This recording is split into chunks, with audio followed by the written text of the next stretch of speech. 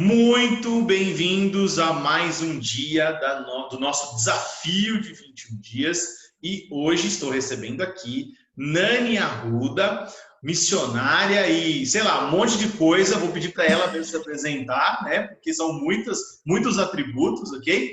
E a gente teve a honra de receber ela caminhando conosco lá na família Desescope há algum tempo e fiz questão de trazê-la aqui para esse bate-papo nesses 21 dias porque tem muita coisa legal que ela carrega, que ela pode compartilhar com a gente, principalmente relacionado à criatividade, à arte, aquilo que Deus tem falado com ela a respeito disso. Então, vou pedir para ela se apresentar e a gente vai bater um papo aqui, como você já está acostumado aí, pelo menos eu espero que sim. Então, tudo bem. Primeiramente, obrigada por estar aqui ouvindo. É uma honra compartilhar com vocês o que Deus tem colocado no meu coração. E vou me apresentar para vocês. Quem é essa pessoa que está conversando com vocês agora? Bom, meu nome eu sou conhecida como Nani, é um apelido que meu pai colocou. Muito fácil para os gringos pronunciar, porque meu nome para gringo é difícil. Elaine Arruda. Tenho 32 anos, fazem quase 2 anos que eu caminho aqui na família Desescope. Foi um tempo assim que Deus colocou na minha vida de graça, de descanso. Como o Thiago falou, eu sou missionária fazem mais ou menos quase 10 anos. Eu fui para o campo com 22 para 23, assim, full time, tempo total. Tive a oportunidade de servir há quase 7 anos lá na Shores of Grace. Para quem conhece Shores of Grace, é um ministério que o Nick e a Rachel Billman lideram. Para quem também não está familiar, é eles que, da famosa célebre frase do Douglas, né? Conseguimos uma casa para os órfãos. Eles receberam essa bênção lá, eles são pessoas com índole incrível, amam o Brasil, amam pessoas. Então, eu tive a oportunidade de estar liderando mais a parte assim da frente, de abrir ministérios na Shores, né? Tive a oportunidade também, ganhei uma bolsa, para quem não conhece, fui estudar na Bethel Church, eles têm uma escola ministerial, fiquei 2 anos e meio lá na Califórnia, que foi aonde que eu desenvolvi toda a minha parte de artes, toda a parte de liderança.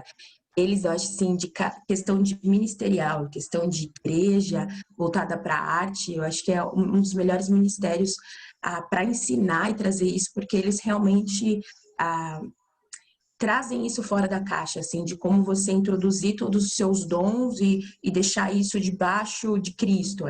Assim, eles fazem isso de uma forma muito excelente. Tive a oportunidade também de sentar ali no Íris, lá em Moçambique. Fiquei um mês, foi na verdade a minha primeira viagem missionária fora do Brasil. Sentei, foi a primeira vez que quem gosta da parte do sobrenatural, de ver pessoa sendo curada, voltar a falar. Gente, foi a primeira vez que eu vi uma pessoa voltar, uma criança voltar a falar, foi lá no Íris, em Moçambique, fora a experiência cultural de pessoas que nunca viram gente branca e você poder compartilhar o evangelho, assim, de uma forma excepcional. Eles são muito excelentes também nisso, de como ir para lugares que ninguém vai. Vamos lá, a minha parte mais normal, assim, da minha vida, um pouco mais normal, eu fiz comércio exterior, né? Não terminei Comex, mas eu fiz 3 anos e meio de Comex numa faculdade pública. Aí eu percebi que não tinha nada a ver comigo, eu tinha, assim, dentro da parte acadêmica, eu teria uma vida, assim, excelente, porém, Deus me chamou antes, e foi uma coisa muito particular minha, porque desde criança eu sabia que eu ia para o campo missionário, né?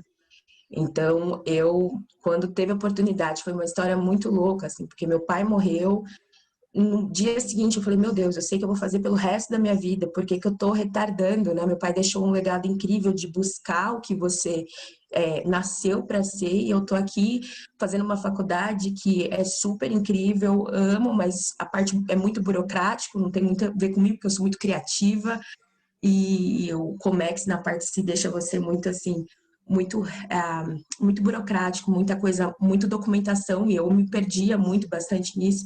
Então, dentro da faculdade, eu me reencontrei como o que eu vou fazer para minha vida. E aí, quando meu pai morreu, eu falei, meu Deus, o que eu estou fazendo? 3 meses depois eu estava na Shores, e aí Deus me deu a oportunidade de estudar fora, que foi quando você está muito alinhado com quem você é com Deus, ele vai abrir na porta, independente se é aqui ou em outro lugar, mas é você estar mesmo alinhado com a voz de Deus para saber aonde você vai dar o seu sim e o seu não, né? Independente da perda, independente do ganho, é porque eu falo muito, né, com as minhas amigas, Deus é intencional, né? Então, você tem que entender que tudo que ele faz é intencional, não é por acaso. Deus não é por acaso, porque no Novo Testamento fala de fé. E durante a quarentena, o Senhor tem falado muito disso para mim, né? Então, ele começou a me ensinar o que é ser intencional. Então, eu entendi o que é, o que eu fui chamada e eu comecei a ser intencional no sim. Então, tipo, eu sei que eu fui chamada para esse nicho de pessoas que vieram do tráfico humano, que vieram crianças do abuso. Então, eu abriu essa porta, por que que eu vou retardar? Não, eu tenho que buscar 90 mil sinais para poder saber para onde. Não, Deus falou, abriu a porta, você tá com a sua santificação ok, você tá com o seu coração com Deus ok, socorre. Se você pensar em recurso, cara, você nunca vai para lugar nenhum. Então, assim, porque quando você está atrelado no que Deus chamou, ele vai atrelar. Tipo, para quem conhece o BSSM, não é uma escola barata, o dólar é muito alto, né? Porque o fui já estava quase R$ 4. Então, assim, foi um valor, assim, para um brasileiro, para qualquer pessoa que tem recurso, é muito investimento. E o Senhor foi mandando pessoas para investir na sua vida. E eu acho que isso é a parte mais importante, você ter amigos. Eu acho que quando você tem amigos assim no reino, eles realmente vão apontar para você a sua jornada e caminhar com você. E aí você vê que não é muito sobre você, é muito mais sobre as pessoas, né? Que elas investem e você fala, meu Deus, elas estão investindo, eu preciso tornar um recurso para o reino. Então você acaba sendo um recurso de volta para o reino. E aí, nessa trajetória louca, eu entendi que, na verdade, a arte, ela não é um meu estilo de vida, né? Tipo, eu sou um artista, vou ficar pintando pro resto. Não, tudo tem um propósito, tudo tem algo por trás. Se você é um advogado, na verdade, você não é um advogado. Esse é um ofício debaixo do que Deus chamou você para ser. Porque é tudo sobre pessoas, é sobre o Pai, sobre pessoas. Então, não é sobre a sua profissão, ou quão excelente você é na sua profissão somente, mas o quanto isso tudo está debaixo do seu chamado, debaixo do seu propósito de É vida. só um E meio, sempre né? é uma ferramenta. Se você começar a pensar que é uma ferramenta, vou entrar um pouquinho no. Eu só vou lançando, assim, Thiago, minha Tá cabeça é bem bom. aleatória. Então, assim, se você entende que você é uma ferramenta, que o que você carrega são ferramentas para o reino, você já sai da posição de competição. Principalmente artista, sabe? A gente tem muito assim de tipo, meu Deus, olha isso aqui, olha aquilo lá. Eu não vou ser tão bem quanto aquela pessoa e tal. E uma das aulas que eu acho que foi muito um divisor de águas para mim na Bethel foi quando o diretor da Bethel TV, que é o cara que gerencia toda a parte de mídia, de comunicação da Bethel, eles chegaram numa fase onde a Bethel, tipo, para quem conhece a família de Descope, o tamanho da Bethel é quase aquilo lá, um pouquinho só, acho que cabe mais 200 pessoas a mais no salão. Então, uma igreja que cabe 800 pessoas, que é um hall de uma escola. Na verdade, a Bethel é uma escola de ensino médio não, fundamental, e eles fazem o culto na quadra. Então, aquilo que você vê na TV é a quadra da escola, na verdade, né? Então, assim, eles jogam até basquete lá, os alunos, enfim. E aí, eles viram que a igreja começou a ficar muito grande, vinham pessoas do mundo inteiro conhecer o que estava fazendo lá, e aí o Bill chegou pro cara e falou assim, meu, você precisa fazer alguma coisa. E eles transmitiam naquelas transmissão bem assim, bem do computador, da tela, daqueles câmera pequenininha assim.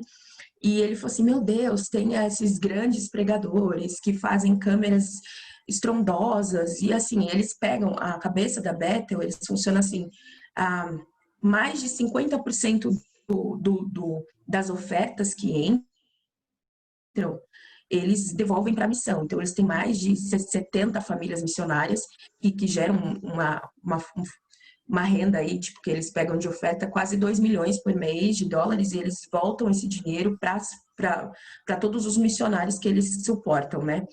E aí o Bill falou assim, não adianta a gente segurar e não servir com excelência também, né? Então, eles começaram a receber ofertas para investir nessa área. E foi uma vez que ele começou, o diretor ele começou a ter essa cabeça competitiva, sabe? De tipo, fulano nem ajuda, nem faz a parte social, nem prega o evangelho, tem recursos extraordinários, só porque ele é um bom comunicador. E aí ele uma vez estava dormindo e nisso ele teve um sonho que ele estava na final de uma Super Bowl do futebol americano e ele chutava a bola e ele perdia o campeonato.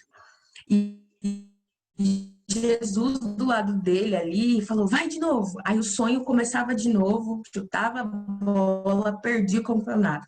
Na 7ª vez, ele chutou a bola e ganhou o campeonato. Eu ganhei o campeonato, Jesus, eu tive que chutar 7 vezes a bola. E Jesus falou assim, não, foi a primeira vez que você chutou a bola. E aí ele falou, não, Jesus, foram 7, você não viu que foram 7? Aí Jesus falou para ele, falou assim, você, na verdade, tem que entender que você tem que caminhar em excelência, perfeito só eu.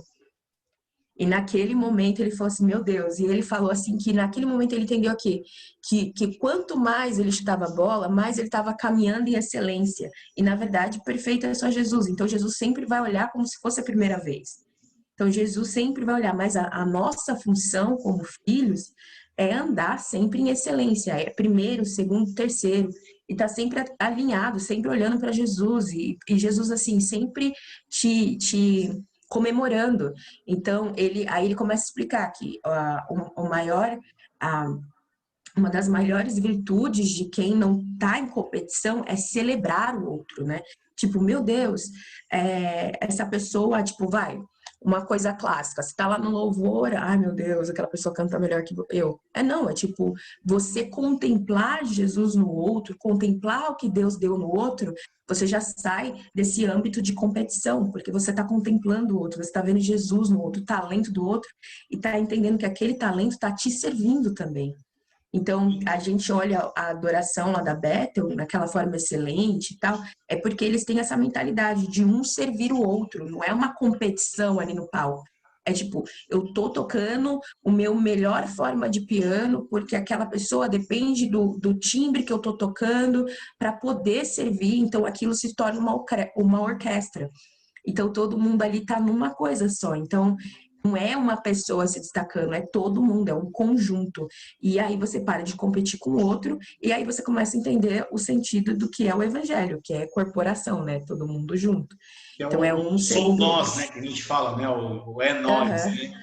Porque Sim, aí você percebe o poder do corpo, né? Cada um sim, encaixado no seu lugar, funcionando para a glória de Deus. Aí não tem competição, nós estamos juntos, né? É muito sim, massa. sim, sim. Que legal. Aí eu comecei. Sim. Você travou para mim. Fale de novo. Travou? Voltou? Agora voltou, agora voltou. Voltou. E aí eu fui entendendo em relação a isso, sabe? E aí eu comecei a pesquisar vários ah, artistas, assim, tem pessoas assim que eu olho e aí você entra naquela coisa, mas Elaine, como é que eu vou por exemplo, meu caso, que é o artista plástico, né? Eu sou designer, artista plástico, eu sou meio que multitarefas. Às vezes é ruim, mas às vezes é bom. Mas o problema é que eu sou muito autodidata. Então, eu não sou aquela pessoa que entra na escola. Então, assim, línguas, música, arte, é tudo. Fui aprendendo sozinha, pesquisando sozinha e muito observação. Então, assim, uma coisa que você quer ser um excelente artista, tem um livro, ele não é cristão, é Como Roubar um Artista, se eu não me engano. Gente, esse livro é muito bom, porque ele fala assim, cara, você não é uma pessoa que cria do nada, tudo é observação, tipo, é você pegar elementos de várias pessoas e criar um pensamento em cima daquilo. Tanto que quando você começa a desenhar, rascunhar, você vai lá para fora, começa a olhar as nuances das cores, como aquela luz reflete naquela folha, e aí você tenta achar o tom e começar a pintar. Então é tudo uma observação, e reino é isso, é você olhar o outro e falar, meu, não é roubar do outro, mas meu, Jesus inspirou aquela pessoa de tal forma que o que aquela pessoa vai me inspirar. Tipo, um dos artistas plásticos que eu mais gosto é Van Gogh. E aí eu fui pesquisar a vida de Van Gogh, porque na minha cabeça, para quem não sabe, quando ele pintou aquela Noite Estrelado, um cara pintou a física quântica, né, naquela tela. Então, assim, ele começou a pintar, por ele ter um neural um pouco mais diferente do que todo mundo, que o cara é um gênio, ele começou a ver um neural, começou a pintar das formas que o átomo circula. É uma história, tem um vídeo no YouTube para quem quiser, digita Van Gogh, a, a física quântica vai ter lá, tá em inglês, mas eu acho que tem o título embaixo. E aí eu sempre me perguntava, Deus, é impossível esse cara tirar isso do nada. Esse cara deve ter pelo menos deve ter te encontrado em algum lugar, porque o Uma Senhor é o revelação, detor né?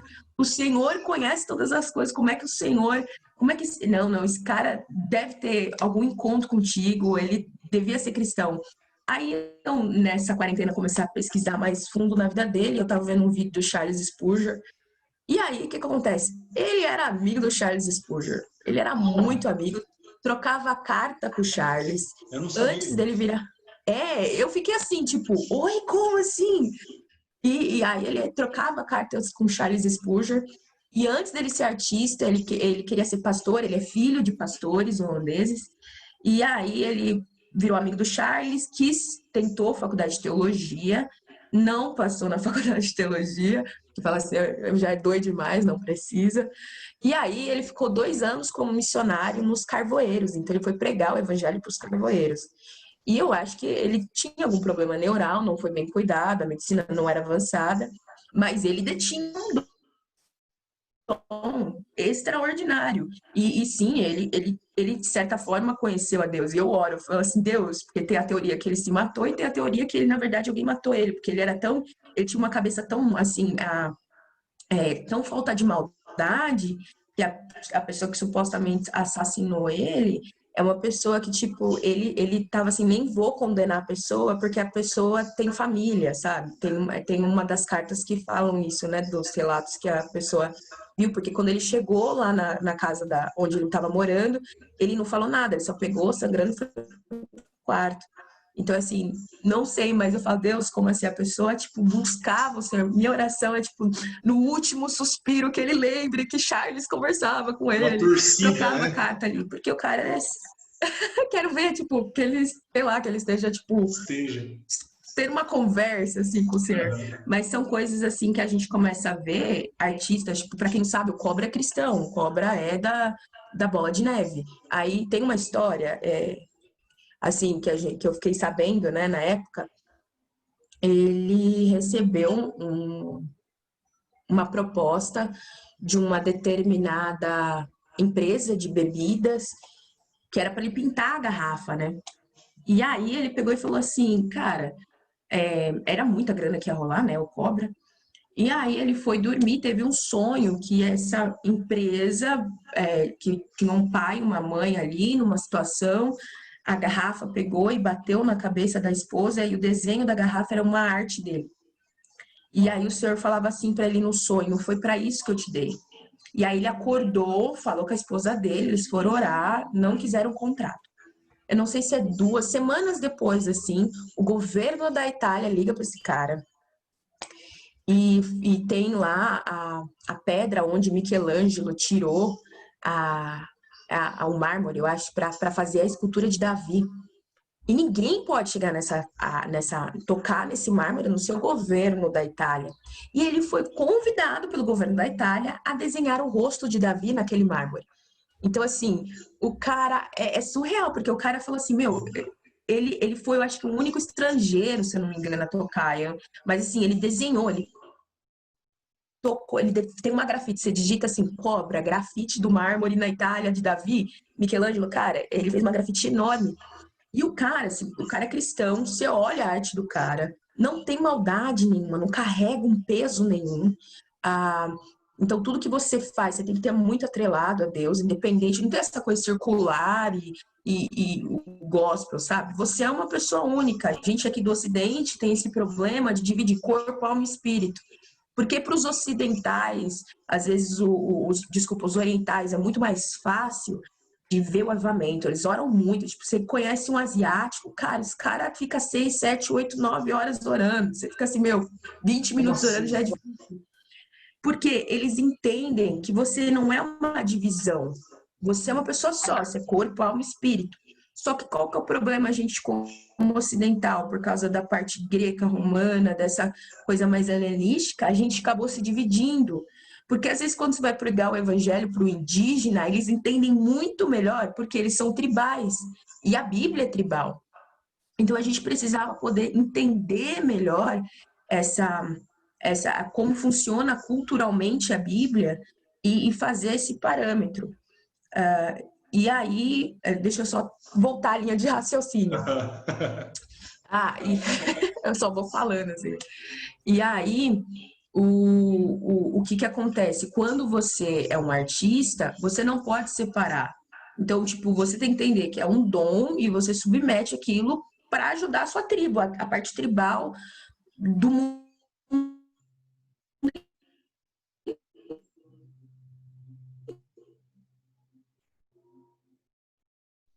inteiro. E é literalmente isso que o Cobra fez. Ele, você olha, ele fez recentemente. Tinha dado uma travadinha.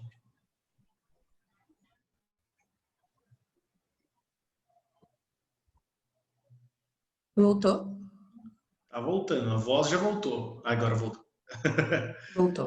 Viu, deixa eu te falar uma coisa. Eu tenho A um voz professor de criatividade voltou. que, Sim. não sei se você já viu ele chama Murilo Gun, né? Também não é cristão, mas ele fala sobre isso que você falou, da gente, igual o livro que você falou, tipo, Roube como um artista, né? Na verdade, ele chama de combinatividade, não de criatividade, né? Por quê? Porque você vai combinar coisas que já estão aí, né? Nenhuma ideia é original de fato. Fala assim, o ser humano inventou a roda, mas ele não inventou a roda. Ele viu o coco cair, o coco rolando, falou, opa, tem algo aí. Aí ele tombou uma árvore, fez a árvore rolar e tal. E aí veio a roda. Então é combinatividade, né? Você combina ideias. E sabe que eu estava falando com o Douglas esses dias? Porque a gente prega e a gente acredita, quando lá em Gênesis 1, Deus falou assim, ó, vou fazer o homem à minha imagem e à minha semelhança. Fala assim, eu sou imagem e semelhança. Tecnicamente falando, sim. Mas aquele ser formado, ele era humanidade, ele era Adão, ele não era um homem, ele era humanidade. Dentro dele carregava toda a humanidade. E a gente passou, e quando Deus falou assim, façamos, está falando de Pai, Filho e Espírito Santo, ou seja, é um ser coletivo criando outro ser coletivo. Então, embora eu carregue algo de Deus dentro de mim, a manifestação disso, para falar assim, é imagem e semelhança, é o coletivo, né? Essa característica que você falou, que é tribal, que é uma coisa que é o envolvimento de pessoas. E mesmo que você crie algo sozinho, entre aspas, né? Você criou por quê? Porque você teve inputs de outras pessoas, coisas que você viu, coisas que você aprendeu, que você processou para dar esse output que foi essa saída que talvez seja uma novidade ou algo que ninguém viu. Né? Imagem e semelhança é isso, né? Imagem e semelhança é você da coletividade trazer algo criativo da parte de Deus, né? Muito massa. Sim. É muito legal o que o Hookmarker fala. Você fala assim, mas como é que eu vou ganhar e tal? Tipo, eu uso isso. Então, você está elevando a sua ferramenta para uma necessidade própria. Então, assim, exemplo, que ele falava, né? Para quem não conhece o Hookmarker, tipo, tem um clube lá que era C.S. Lewis, o Tolkien, e ele fazia parte desse grupo, né? Ele era mais o pastoral do grupo, para quem não sabe, era um holandês muito pastoral, e ele dava aula na Faculdade de Artes na Holanda, e ele falava assim, todas as ferramentas que você faz para benefício próprio e não para servir necessidade ao próximo é prostituição. Então, se, por exemplo, você faz uma determinada profissão para ganho próprio, para sustento próprio, e não para servir o outro, você está prostituindo também, você cai na prostituição, porque é para satisfação própria, você está ganhando aquilo para satisfação própria. Então, quando você entende que é o inverso, cara, os recursos vêm de uma forma assim, porque você está elevando as outras pessoas, a sua ferramenta está elevando, tipo, para quem não sabe, tipo, eu tô indo para um projeto missionário, na verdade, conhecer na Terra, e eu sou uma pessoa, para quem não me conhece, assim, às vezes, primeira linha, eu sou muito tímida, hoje tô melhorando, né? Mas, assim, uma pessoa entrou na internet, viu, assim, durante a quarentena, você falou assim, Elaine, você não tem nada para fazer, começa a liberar o que você está fazendo aí no seu sabático.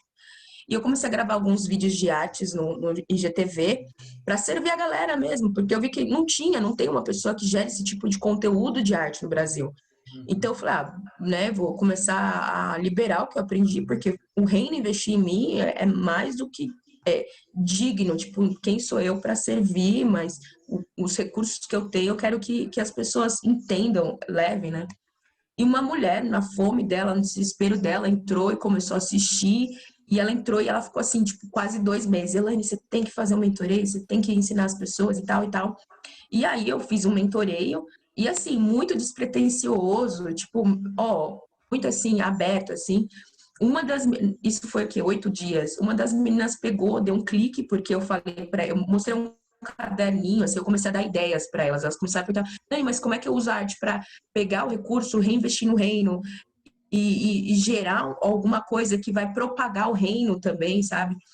E aí eu mostrei um caderninho para uma das meninas que eu ganhei há uns 8 anos atrás, que são mulheres que vieram do tráfico humano e eles reciclam flores e transformam em papel. Então, um caderninho feito de flor, a coisa mais linda, e eles pegam esse recurso para investir nas mulheres que são traficadas na Tailândia. Meu, a mina catou a ideia e falou, cara, não tem, nunca vi um caderno feito de flores recicláveis no Brasil. E ela abriu a loja e ela falou assim, uma semana já tenho várias encomendas, sabe? Tipo, que a cabeça dela fala assim, e ela tem um ministério voltado para crianças no Maranhão, né? Ela, meu, eu tô precisando de recurso, como é que eu posso abençoar? Porque é um caderno feito com todo um propósito, uma missão por trás. Porque as pessoas não querem comprar, às vezes, só o produto. Ela quer comprar a missão, ela quer comprar a sua visão. E quando você vende um projeto, você pode vender ele num nível até mais caro, porque a pessoa Sim. ela está materializando o desejo dela de participar de algo que abençoa os outros, né? E sim, Então, e isso é um conceito até, Nani, que não é só missionário, né? É um conceito que o mundo usa, e o mundo usa para um monte de coisa. E assim, tal, é legal, vai ser tipo, sei lá, um projeto de uma ONG. Aí o cara faz lá um ketchup de não sei o que é com ervas no não sei da onde para abençoar crianças lá não sei o que lá. E aí ele vende a R$ 30 um vidrinho desse tamanho assim. Legal, o cara participando disso. Mas nós, como cristãos, que sabemos que além de um projeto social, nós estamos levando a vida eterna para as pessoas, nós sim. precisamos ter essa mentalidade que essa criatividade, ela está a nosso serviço. E se você faz... As pessoas me perguntam, às vezes, sabe? Tipo assim, ai, Thiago, como que eu sei que o meu propósito é de Deus? Cara, é uma ambição egoísta ou é um objetivo de servir a humanidade para a glória de Deus? Sim. Não é? Ai, porque eu vou criar e eu vou vender, meu Deus. Vai sim, cara, para a glória de Deus, né? Tipo, é isso, né? Porque o objetivo não se torna seu, se torna do Senhor, e as pessoas são do Senhor, e eu acredito assim, o Senhor fala com as pessoas, elas tocam no coração, e às vezes você vende um negócio, ah, esse ketchup é por R$ 30, a pessoa, não, eu quero investir, é porque assim, ó, quando eu morei nos Estados Unidos, uma coisa que mudou muito a minha cabeça, brasileira, ele tem, não é falando mal da cultura, mas é uma coisa que a gente tem que mudar. A gente não tem um pensamento de investimento, a gente tem um pensamento de comprar e só, de consumir só, né? E isso é tudo atrelado à história e tal. E lá nos Estados Unidos, quando eu estudei, principalmente na Beto, eles falam muito, tipo, não é ofertar, é investir, eu estou investindo em você. Então, eles falam muito isso, tanto que quando eu ganhei a bolsa, a pessoa falou assim, eu quero investir em você. E na minha cabeça, eu falo, meu, todas as crianças no Brasil pagando. E a pessoa fala assim, cara, é uma coisa para o resto da sua vida e você vai multiplicar isso. E investimento em pessoas é isso, é você multiplicar. Então, é você catar.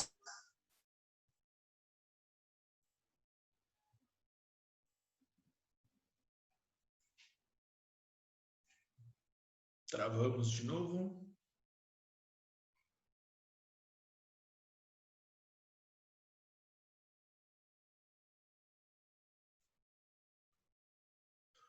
Vamos lá, vamos aguardar a volta de Jesus e da Nani.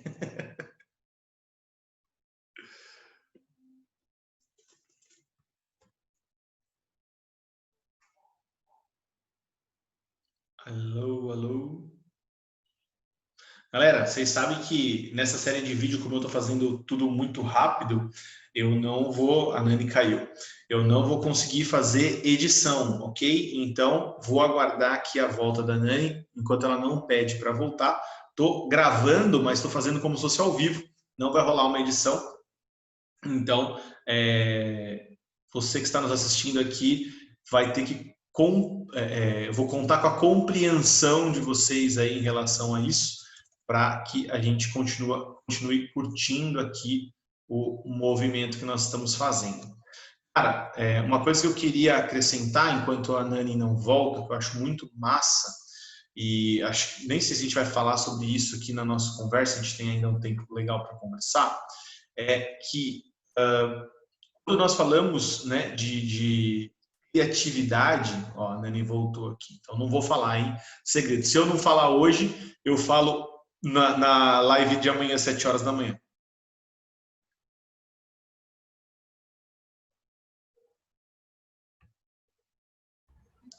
Voltamos. A internet caiu aqui. Vamos lá. E multiplicar isso, na verdade, na vida das pessoas, né?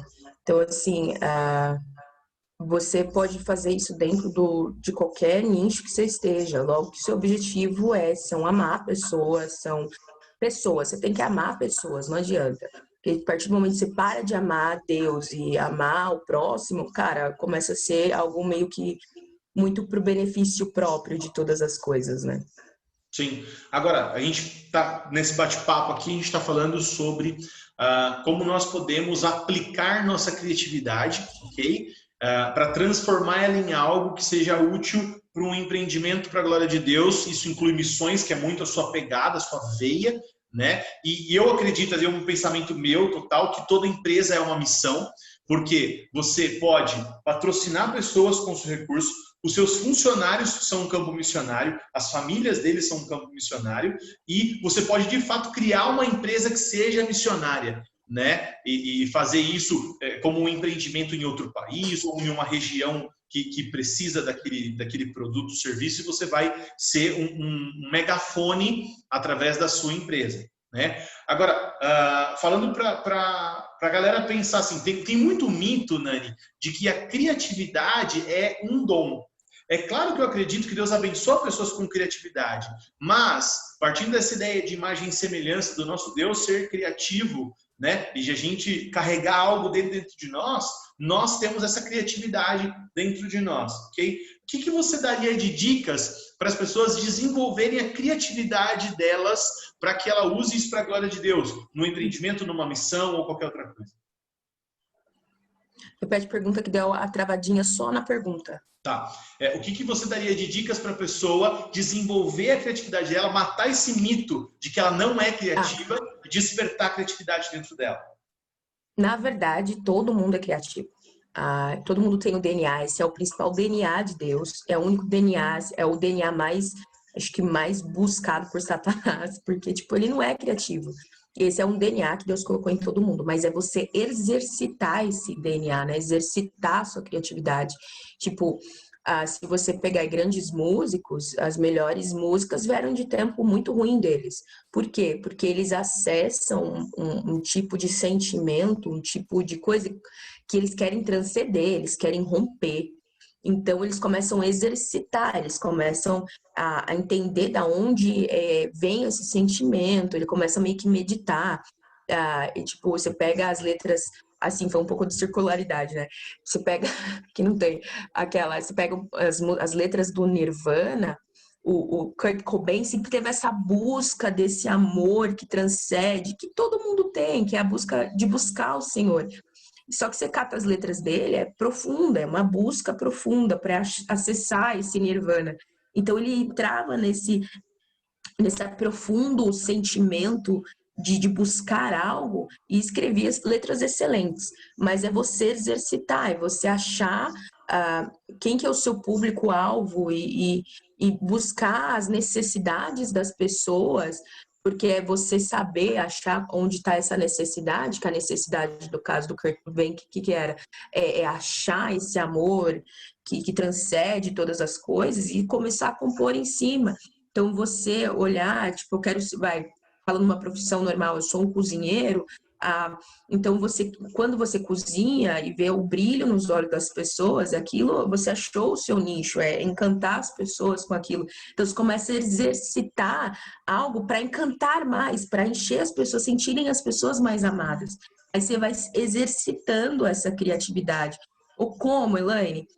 Começa a ler, começa a buscar fontes diferentes, tipo, Voltando um pouco para a parte artística, eu gosto muito de Van Gogh, um artista cristão que chama Makoto Fujima, que eu tive a honra de ter aula com esse cara lá na Bethel, e o cara é professor da Universidade de São Francisco, então eu gosto muito da parte do abstrato dele, como ele manipula as cores. Então, para mim exercitar essa criatividade, eu comecei a estudar como é que ele lia a Bíblia, ele lê a Bíblia e pinta sobre aquilo. Então, tipo, ele pega um abstrato, tem uma tela dele que fala sobre João, que quando João andou sobre as águas, tipo, você olha, lê o título e você entende a mensagem que ele quis passar, cara, você começa a chorar. E aí eu entendi essa chave, para mim foi uma chave, e eu comecei a trazer isso para minha arte, e eu comecei a exercitar a criatividade para servir as outras pessoas em relação a isso. Então é você achar chaves em coisas que você quer exercitar, né? Tipo, eu quero ser um bom escritor. Então, você vai começar a ler uma linha de livro e uma forma de escrita e começar a exercitar, fazer como exercício. Como você vai para academia, quer perder peso, então você tem que ter uma disciplina e ter disciplina na sua criatividade e tentar transcender naquilo que você transcender na necessidade que você quer suprir para o mundo, porque nós somos um recurso para o mundo, na verdade. Cara, eu gostei muito disso que você falou. Sabe por quê? Porque é contraintuitivo. Como é que eu vou disciplinar para ter criatividade?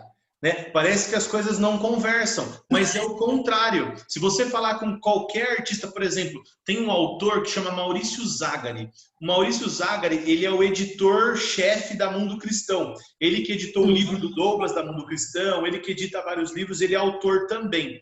E aí, o cunhado do Felipe, do cunhado do Douglas, que é o Felipe, que tem a editora, né, a Autor da Fé, ele fez uma série com o Maurício Zagari e ele pergunta para o Maurício, falou assim, Maurício, como que eu desenvolvo a arte da escrita?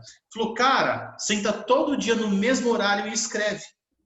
Uns dias você vai escrever muito, outros pouco. Um dia você vai estar mais inspirado, outros menos, mas faz isso todo dia.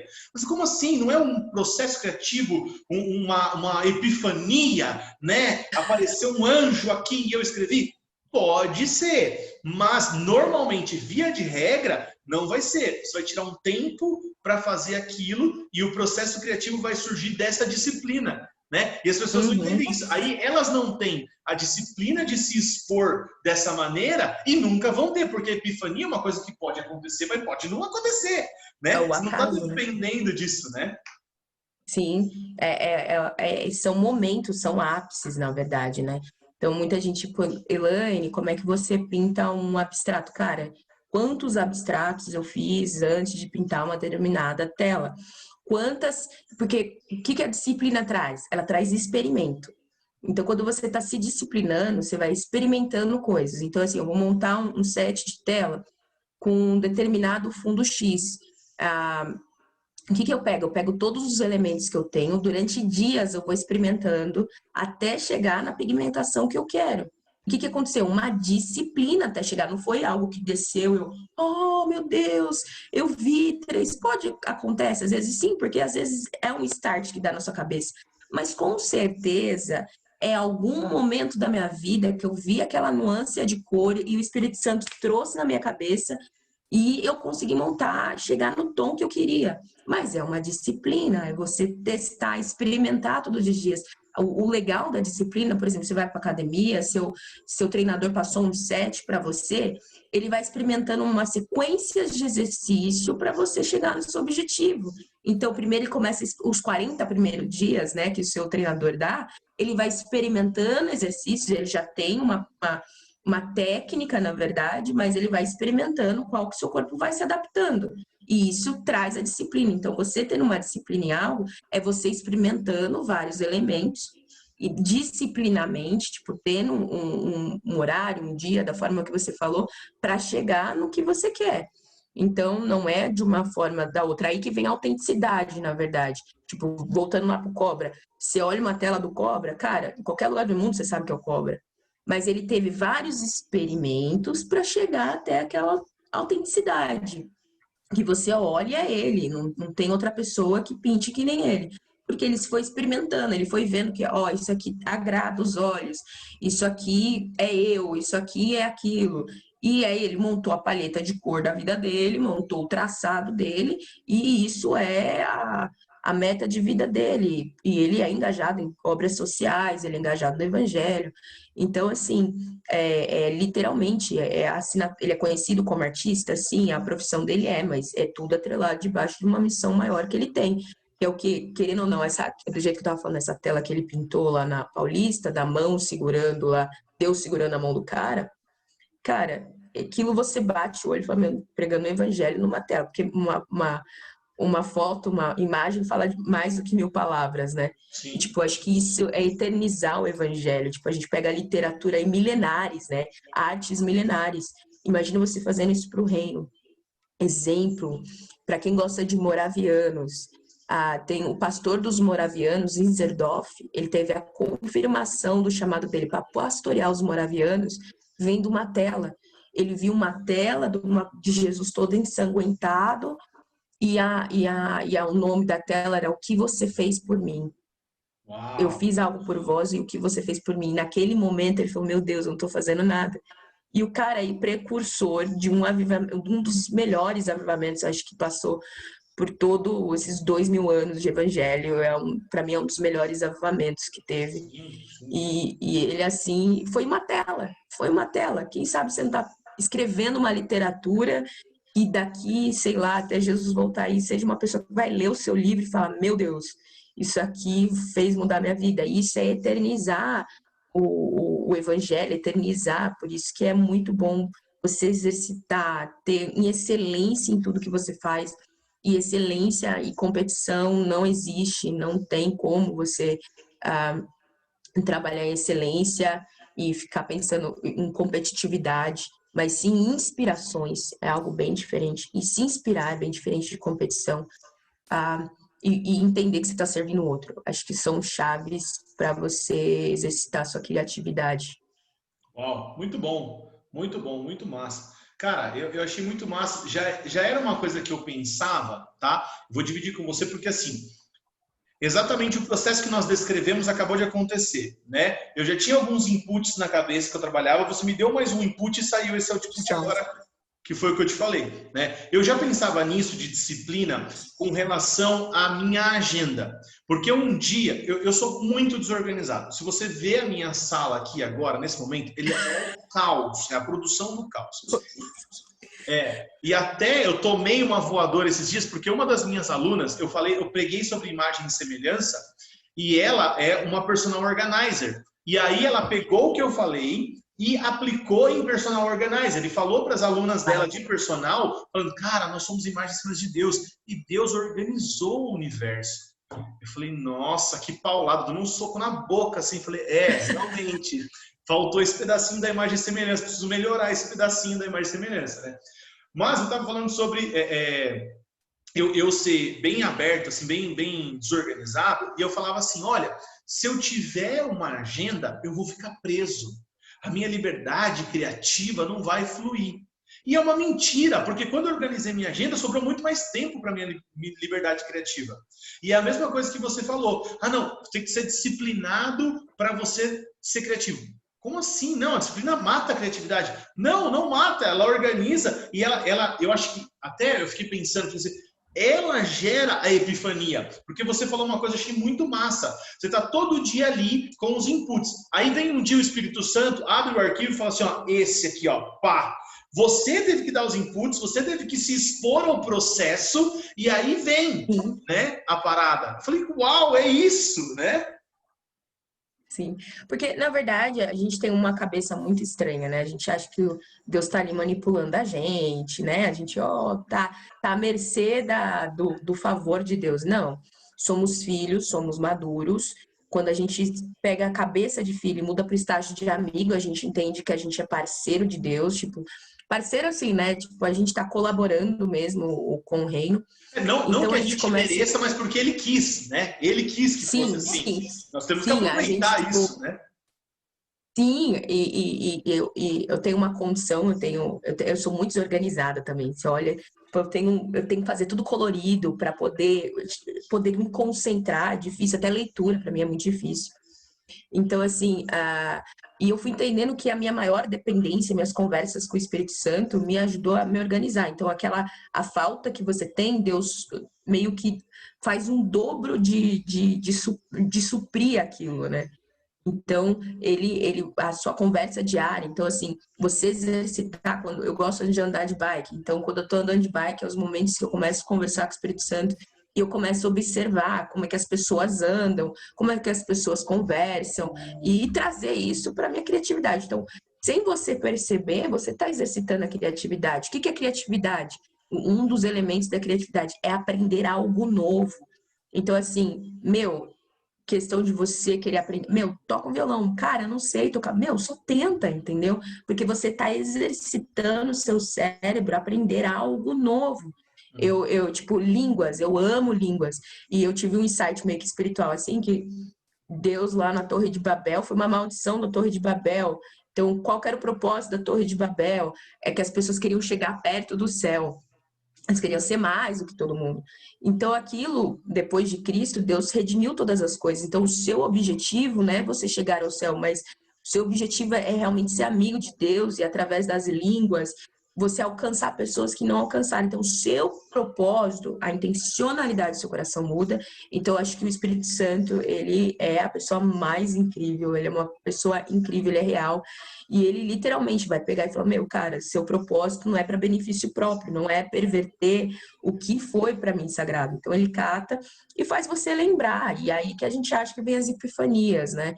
E na verdade, se você sabe que Jesus redimiu todas as coisas, é tudo para ele vai dar esses insights do jeito que fez com Van Gogh. Porque é para ele, não é por você. Então ele vai caçar lá. Então aprender algo novo, disciplina, ter algo organizado. Mas agora eu não quero pintar. Cara, não precisa pintar, escolhe o melhor momento. Tem a parte da entrega emocional também, dentro da arte, né? Então, E assim, aí, você. você não Pode falar. precisa necessariamente. Como é que eu posso explicar?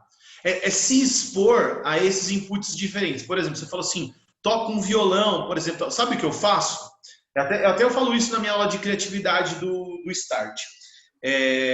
Eu me exponho a inputs diferentes. Por exemplo, eu assisti um documentário sobre a vida do Michael Jackson. Assim, não tem nada a ver com música, eu não sou músico, eu nem assim sou entusiasta de nada, mas eu me expus a esse input diferente. E, cara, eu tirei muitas sacadas, entendeu? Para aquilo que eu faço que não tem nada a ver com música. O que eu faço não tem nada a ver com música. Mas eu me expus a um input diferente, eu me expus a uma arte diferente. Aí depois eu assisti, por exemplo, o Último Arremesso, do Michael Jordan, né? The Last Dance. Então, já recebi um monte de outras coisas. Então, nessa quarentena até eu me dispus a isso. Aí eu assisto um documentário da History Channel falando sobre a chegada dos europeus na América e tal. Inputs totalmente diferentes, aleatórios. Daqui a pouco sai uma ideia combinada disso. Mas eu me expus a isso, é o que você falou.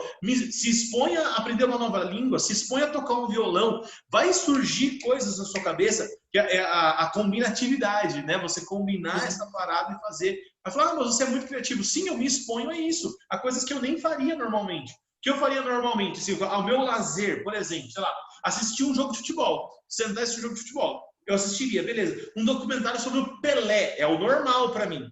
Entendeu? Assistir esse documentário sobre o Pelé. Não, vou ver do Michael Jackson. Tem nada a ver comigo. Vou trazer um input diferente, né? Essas sacadinhas.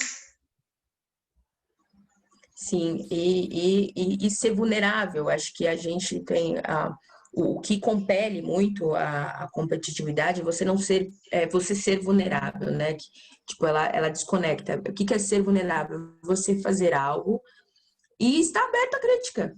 Tipo, porque não é sobre você. A partir do momento que você não tá competindo, você tá ok com crítica. Você não tem problema de as pessoas virem apontar o seu trabalho, seja bom, seja ruim.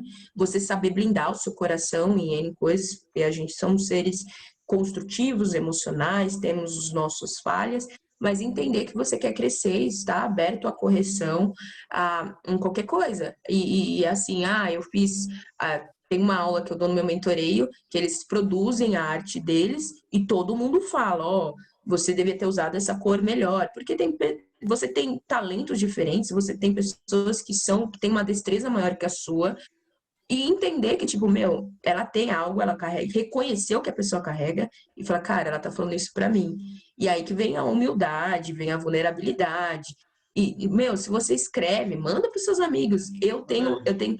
Oi. Sabe um negócio legal que a gente, como cristão, precisa entender é que o mundo já percebeu algumas coisas e já faz isso. E a gente não se abre para isso. E deveria ser o contrário, porque se meu irmão me ama, né? Ontem eu estou fazendo uma imersão, agora daqui a pouco eu vou para lá de novo, né? Online, mas eu vou para lá de novo. E assim, é uma imersão sobre empreendedorismo. E aí, num dado momento no Zoom, ele te joga numa sala com 5 pessoas que você nunca viu e você expõe, tipo, por exemplo, né, o exemplo que eu fiz, a frase do seu negócio para elas e elas dão uma paulada em você, critica e ajuda e melhora. O mundo percebe isso, faz isso, usa e eu pus a minha e assim, né? Tomei uma voadora. Falei a frase, falei, tô arrebentando. E tava uma porcaria a minha frase, né? Mas eu fui vulnerável, uma coisa do mundo, né? E aí a gente vem para a igreja, para o contexto cristão, e as pessoas dizem, esse Lênin falando não sei o que de mim. E a gente não, sabe? Não, cara, eu tô te ajudando a melhorar para a glória de Deus, porque você tem algo incrível dentro de você, que combinado com o corpo, com aquilo que o corpo pode te oferecer, vai sair algo incrível, né?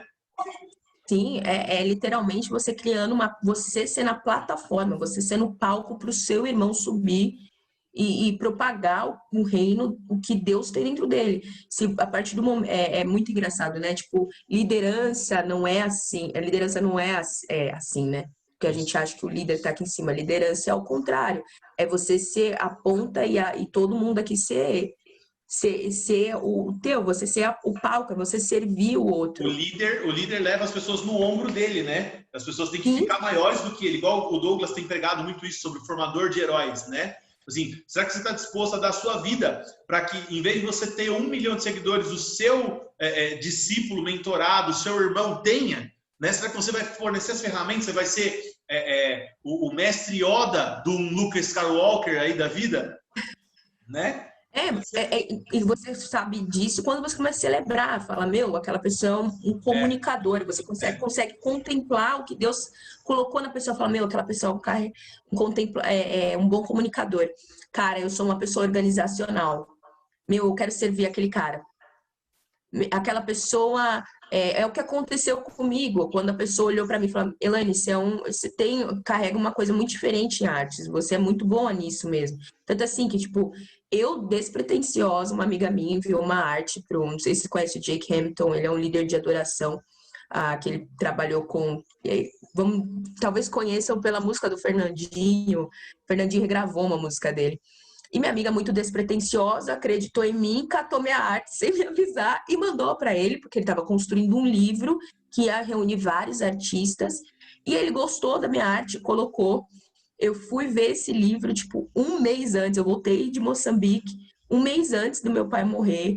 Ele deu o livro, assim, ele falou assim, minha amiga começou a olhar o livro, ela viu o meu nome, eu falei, como é que você sabe meu nome inteiro? Ela, não, tá aqui no livro. Então, alguém acreditou em mim, e eu mesmo nem acreditava que podia isso acontecer. E a pessoa, não, tipo, eu vi algo em você e eu acredito. E aquela menina, tipo, é uma pessoa que ninguém conhece, é uma amiga muito aleatória, mas ela foi um palco para mim. E graças a esse palco, graças a ela me levantar, eu consegui correr milhas depois disso. Porque abriu portas, assim, aí que eu consegui ir para Shores, aí que lá, para mim, conseguir a bolsa, você tem que ter um excelente nicho para mostrar para eles o seu trabalho, para você conseguir a bolsa. Foi aí que eu consegui. Então, uma pessoa que viu o ouro, é você achar o ouro nas pessoas. Tem um livro muito bom que chama Diamantes no Brasil, é um livro muito antigo, que é você ir no lixo e achar os diamantes do Brasil nas pessoas, sabe? É você achar o ouro nas pessoas e falar, cara, essa pessoa tem o ouro. Eu vou dar um palco para ela assinar, para ela aprender a se garimpar e crescer e correr e botar a pessoa para correr mesmo, ser a pista para a pessoa correr. Porque quando você tem essa cabeça, tipo, você nem pensa mais em competitividade, você fala, meu Deus, eu quero ser a estrada para essa pessoa correr. É literalmente ter o sentimento de paternidade sobre as pessoas, né? Porque um pai, você não consegue ver um pai competir com o filho. É Não. estranho ver isso. Mas o pai quer ver o filho correr. E eu acho que é isso que falta, às vezes, muito aqui no Brasil, falando um pouco sobre a nossa cultura, é esse sentimento de paternidade, né? De ser um pai para alguém, para que a pessoa corra, né? Ser mães e pais, para que a pessoa corra, pra ver a pessoa correr mesmo E pro evangelho. o pai quer ver o filho muito mais longe do que ele foi, né? Ele não Sim, tá competindo, você falou, não tá se importando. Ah, mas o filho vai me passar. Não, ele tem que ir bem mais longe, não é só passar, é você lançar ele mesmo, né? É muito é, massa isso. é você ter essa visão maior, é você quando você tem essa visão maior do mundo, você não consegue pensar em si próprio. Tipo, eu gosto muito dos meus amigos acham ouro em mim que eu não consigo ver. Por isso que é bom ter amigos saudáveis. Tinha umas amigas nossas que ela tem um ministério dentro da Globo, não sei se posso falar isso, mas ela tem um ministério né, numa determinada aí, empresa e ela usou isso para meio que pregar o evangelho. Então, ela abriu um restaurante social, contrata algumas pessoas para que, através daquelas pessoas que trabalham naquele lugar, conheçam o caráter de Cristo, porque ela não pode falar abertamente do evangelho lá dentro. E ela chegou, meu amigo pegou, mostrou meu portfólio para ela, falou: Meu, tem ouro aqui, é uma coisa muito simples e a gente gosta disso. E ela pediu para mim fazer um set, eu fiz uma prévia de set. Meses, tipo, acho que um mês depois ela mandou uma foto para mim e falou: Meu, a gente fez uma parede aqui dentro do estúdio lá, da Estúdio 4 novo lá, com a sua arte aqui na parede. Eu falei: Meu Deus do céu, estou dentro da Globo sem estar dentro da Globo, né? Isso é Tipo, um é uma poder coisa. também, né, que se proporciona, né? Muito louco. Tipo, você às vezes pinta e você não sabe onde vai parar. Tipo, eu tenho. O Senhor me levou, o Senhor falava assim: é tudo a base do que Deus falou para você também. Então, a promessa de Deus para minha vida foi: você vai em lugares onde você nem vai pisar. Então, assim, tem arte. Eu Uau. mandei a semana passada uma arte pro Japão, cara. Então, assim, eu nunca pensei, tipo, tem arte no interior da China. Então, assim, eu nem sei se um dia eu vou pisar, eu quero pisar na China. Mas é você estar atrelada do que Deus colocou no seu coração e entender que Deus. Por exemplo, meu coração é voltado para mulheres em prostituição e crianças do abuso. Esse é o meu nicho, meu coração queima por essas pessoas. É tudo sobre pessoas. Então, minha arte vai servir essas pessoas, certo? Então, ele vai trazer amigos que têm o mesmo propósito, vai atrair pessoas. Não adianta, atrai. Atrai. Quando você está no caminho certo, vai atrair. Então, pessoas vão falar: Meu Deus, eu vi. Meu, não tem a melhor destreza, a melhor técnica na arte, mas tem vida. E esse que é o cerne de tudo, trazer vida. O que é vida? É o próprio Espírito Santo. Então, quando você faz algo, tenta fazer pensando: o Espírito Santo está lendo, o Espírito Santo está vendo. É o Espírito Santo. Como é que as pessoas viriam uma arte numa parede? Não precisa desenhar cruz, não precisa, sei lá, uma cor, um abstrato diferente. E a pessoa vê aquilo, te toca, te emociona, te instiga a pensar em algo, é porque você não fez para você fez realmente para servir o próximo. Então, assim, não que isso seja algo obrigatório no sentido de você sentir o peso. Quando você para de sentir o peso, você começa a sentir o prazer sobre algo. A gente tem que entender que a gente tem que ter deleite no Senhor, porque a gente está fazendo para o Senhor, então a gente começa a ter deleite, não sente como se fosse uma obrigação, sabe? Quando a disciplina quando você muda a ideia, uma disciplina, e se torna um prazer, a disciplina é um prazer, na verdade, você vai ver que você vai conseguir coisas que você nem imagina, você consegue, aí que você consegue transcender na criatividade, porque a disciplina não é um peso, é um deleite. Então, tipo, Yes. Jesus era disciplinado, ele pregava ali, saía, pregava, estudava, ele tinha a disciplina dele em tudo, ele era muito disciplinado, mas ele via como tudo como deleite. É Então, isso quando aí. você pensa que é tudo sobre deleite, não é sobre algo pesado, você entende, né? Nem alcançar um objetivo, é tipo, estou em deleite, né, no que eu faço. Então, entender que encontrar deleite nas coisas é a melhor forma de você exercitar a sua criatividade, não pensar que tudo é um peso. Então, você consegue mudar um pouco melhor a sua cabeça e você consegue achar melhor, produzir coisas extraordinárias, né? Muito bom, muito bom. Cara, que papo legal, que massa que foi. Bem, eu falei para você, bem solto, bem. Eu acho que a quantidade de inputs que as pessoas vão ter, né, nessa Ai, hora aqui vai despertar a criatividade de todo mundo, né? Muito mais do que uma técnica ou alguma coisa, é a combinatividade ali, né? Um monte de metralhando os inputs aqui e jogando uns contraconceitos, né, da disciplina gerar criatividade. Acho que foi o mais massa, assim, mais chave assim para a galera. Muito bom conhecer um pouquinho da sua história, poder compartilhar com você aquilo que Deus está falando com você. E eu creio muito que a galera vai ser muito abençoada e vai incorporar a criatividade, vai perder esse mito, né, de não ser criativo e vai permitir que a criatividade de Deus aflore para servir pessoas e para a glória de Deus. Olha, Nani, muito obrigado, viu? Deus abençoe você. sim.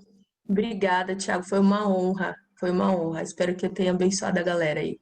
Com certeza, com certeza. Valeu, Deus abençoe. Um abraço. Abraço.